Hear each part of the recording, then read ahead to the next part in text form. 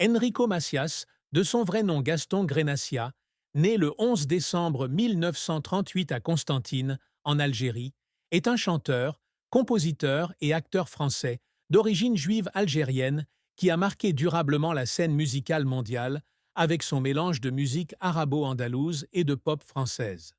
La plus grande tristesse de sa vie fut de devoir quitter son Algérie natale en 1961, en pleine guerre d'indépendance algérienne. Cet événement le priva non seulement de sa terre natale, mais le sépara également définitivement de la terre qu'il aimait tant. Cet événement fut rendu encore plus douloureux par l'assassinat de son beau-père, le célèbre musicien Cheikh Raymond Léris, par le Front de libération nationale, FLN, en juin 1961. Un choc immense qui le contraignit, lui et sa famille, à quitter l'Algérie un mois plus tard, le 29 juillet 1961, à bord du navire Ville d'Alger. Il a composé la chanson Adieu mon pays à bord, dans la douleur de la perte de sa patrie, où il a grandi dans la tradition musicale du Malouf, et gardait des souvenirs d'enfance de sa famille, de ses amis et de la communauté juive de Constantine. L'interdiction de retour en Algérie depuis lors, malgré des tentatives répétées en 2000 et en 2007, est une blessure qui ne s'est jamais refermée. Il a confié un jour que chaque fois qu'il chantait l'Algérie, il avait l'impression de s'arracher un morceau de son âme et que certains soirs, assis seul avec sa guitare, il pleurait, se remémorant les rues de Constantine où il jouait avec son père et ses amis. Cette tristesse était aggravée par la division entre les communautés en Algérie, où il avait vécu en harmonie avec les musulmans, les chrétiens et les juifs avant la guerre. Cette perte n'était pas seulement géographique, mais aussi identitaire, car il se sentait pris entre deux mondes. Un juif algérien en exil en France, sans appartenir tout à fait à aucun des deux. Il a dit un jour que la plus grande douleur n'était pas de partir, mais le sentiment que sa patrie ne l'accueillait plus, et cela le faisait constamment se demander où dans le monde il appartenait vraiment. La carrière d'Enrico Macias est une histoire de persévérance, de talent et de dépassement des obstacles pour devenir une icône musicale internationale.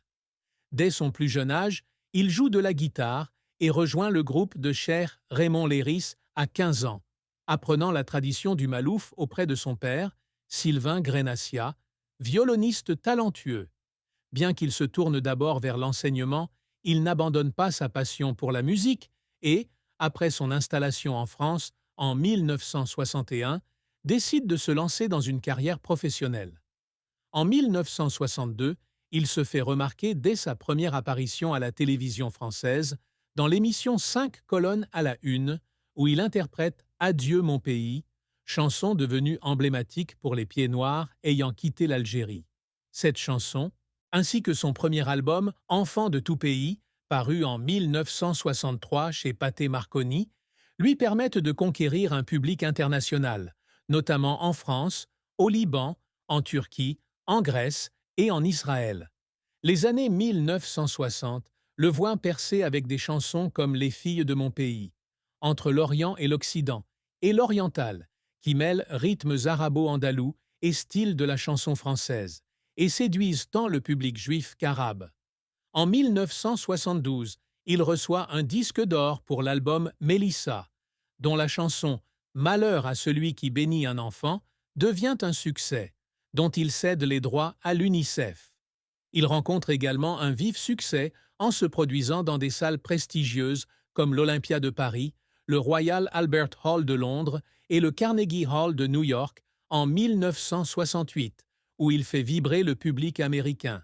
En 1978, il est invité par le président égyptien Anouar el-Sadat à se produire au pied des pyramides, un événement symbolique de son message de paix, d'autant plus qu'il est interdit de se produire dans de nombreux pays arabes en raison de ses opinions pro-israéliennes. Nommé chanteur de la paix par le secrétaire général des Nations Unies, Kurt Waldheim, en 1980, il fut nommé ambassadeur itinérant pour la paix et la protection de l'enfance par le secrétaire général Kofi Annan en 1997. Cependant, sa carrière ne fut pas exempte de revers. Son album Juif espagnol, 1980, bien que salué par la critique, ne rencontra pas le succès commercial escompté, le laissant déçu par le manque d'adhésion du public à ses efforts pour explorer davantage son héritage juif espagnol. Un autre revers fut l'annulation de ses tournées en Algérie en 2000 et 2007, en raison de la forte opposition d'organisations et de citoyens algériens. Il passa de nombreuses nuits à pleurer, se sentant rejeté par son pays. Il a déclaré qu'il lui arrivait de rentrer à l'hôtel après ses concerts en pleurant d'épuisement, craignant que le public ne l'aime plus s'il ne parvenait pas à maintenir un lien avec son héritage algérien. La quête d'un équilibre entre la préservation de son identité culturelle et la satisfaction des goûts du grand public lui donnait parfois l'impression de marcher sur une corde raide, et ces moments d'échec lui ont laissé de profondes cicatrices émotionnelles. La triste fin de la vie d'Enrico Macias fut la perte de son épouse bien-aimée, Suzy Leiris, décédée le 23 décembre 2008 d'une crise cardiaque. La fille de Cheikh Raymond Leiris, Suzy, fut non seulement sa compagne pendant plus de 4 décennies, mais aussi sa plus grande inspiration et son plus grand soutien. Sa disparition laissa un vide incommensurable dans son cœur, et il confia un jour avoir eu l'impression qu'une partie de lui-même s'était éteinte avec elle. Après la mort de Suzy, il sombra dans une profonde dépression, apparaissant rarement en public pendant longtemps, et envisagea même d'abandonner la musique. Il racontait qu'il y avait des nuits où il était assis dans son appartement parisien, regardant des photos de Suzy en pleurant, se remémorant les jours passés ensemble sur le bateau quittant l'Algérie, lorsqu'elle lui tenait la main et lui promettait d'être toujours là pour lui, quelles que soient les difficultés de la vie. L'album Suzy, paru en 1993 et portant son nom, était un premier hommage à leur amour. Mais après sa mort, il ne put interpréter les chansons de l'album sans être ému. Cette perte fut d'autant plus douloureuse qu'il réalisa qu'il ne pouvait partager son chagrin avec son Algérie natale, où lui et Suzy rêvaient de retourner ensemble. Après sa mort, il écrivit une lettre inédite à Suzy, dans laquelle il regrettait de ne pouvoir la ramener à Constantine comme elle le souhaitait.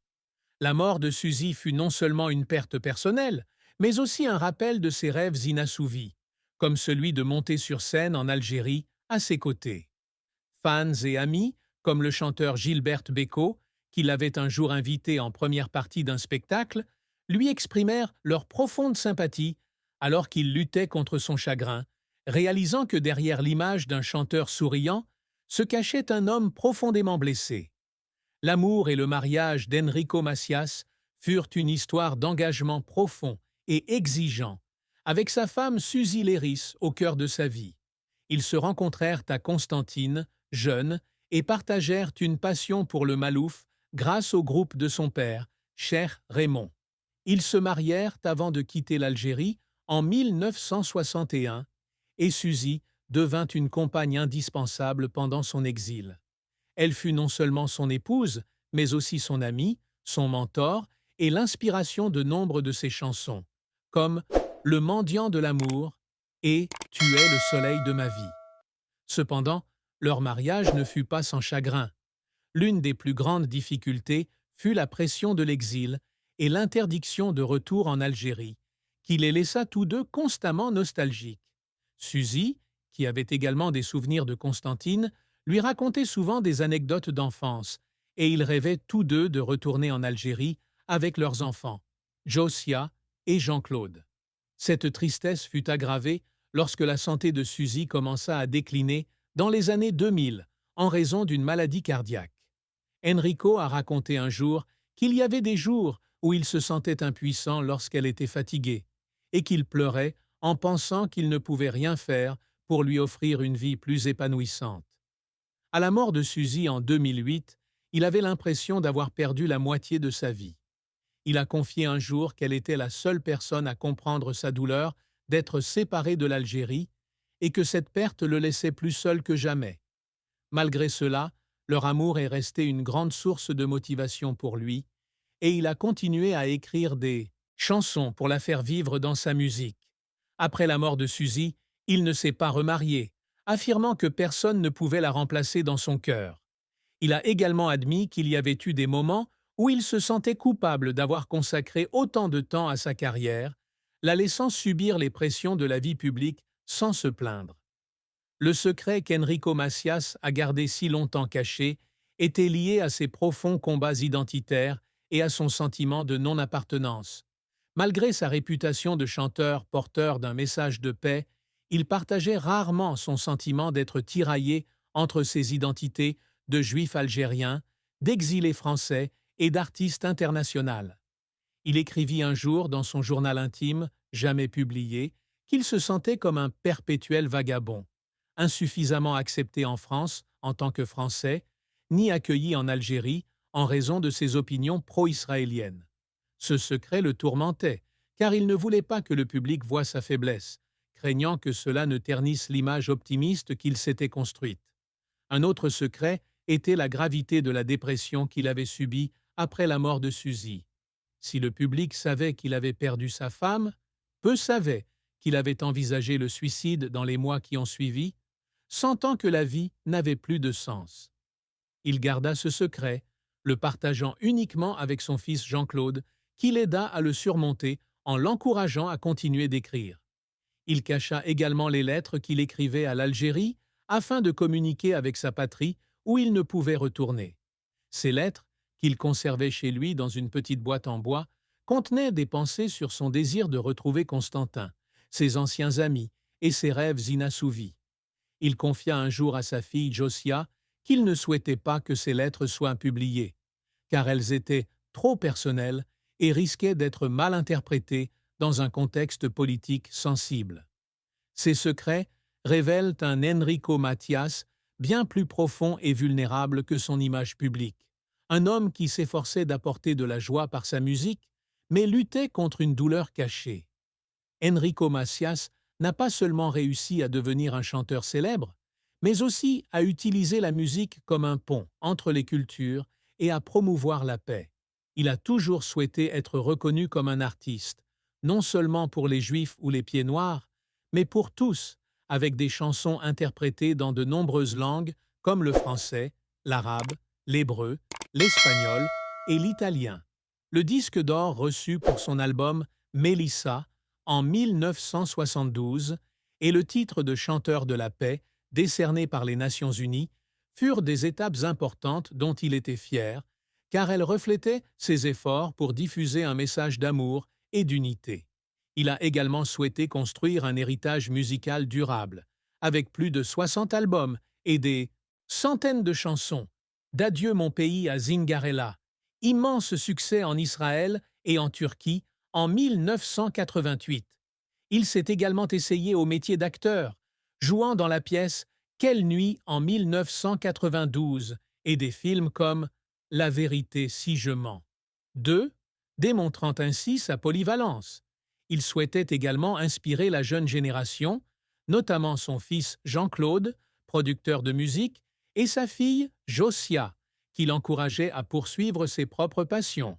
Il s'est également attaché à préserver l'héritage musical du Malouf, l'incorporant dans ses chansons, comme sur son album Orange amer, sorti en 2000.